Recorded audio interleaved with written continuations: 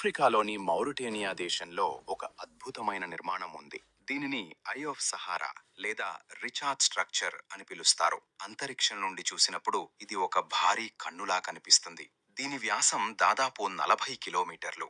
1960లలో NASA వ్యోమగాములు దీనిని అంతరిక్షం నుండి సులభంగా గుర్తించగలిగారు. ఈ వృత్తాకార నిర్మాణం ఎలా ఏర్పడిందో చాలా సంవత్సరాల పాటు శాస్త్రవేత్తలకు కూడా అర్థం కాలేదు. మొదట ఇది ఒక భారీ ఉల్కాపాతం వల్ల ఏర్పడిందని భావించారు. కానీ తరువాత పరిశోధనలు చేసిన శాస్త్రవేత్తలు ఇది లక్షల సంవత్సరాల పాటు జరిగిన భౌగోళిక మార్పులు మరియు క్షీణత వల్ల ఏర్పడిన సహజ నిర్మాణమని తెలిపారు. అయితే కొంతమంది పరిశోధకులు ఇది పురాణాల్లో చెప్పిన అట్లాంటిస్ నగరానికి సంబంధించిన ఆనవాళ్లు కావచ్చని నమ్ముతున్నారు. ఎందుకంటే దీని వృత్తాకార నిర్మాణం అట్లాంటిస్ గురించి ప్లేటో చెప్పిన వివరాలకు కొంత పోలికగా ఉందని వారు భావిస్తున్నారు. కానీ ఇప్పటి వరకు దీనికి అట్లాంటిస్తో సంబంధం ఉందని నిరూపించే ఆధారాలు లేవు. అసలు ఈ భారీ కన్ను కేవలం సహజ నిర్మాణమా, లేక దాని వెనుక ఇంకా ఏదైనా రహస్యం దాగి ఉందా? ఈ ప్రశ్న ఇప్పటికీ ఆసక్తికరంగానే ఉంది.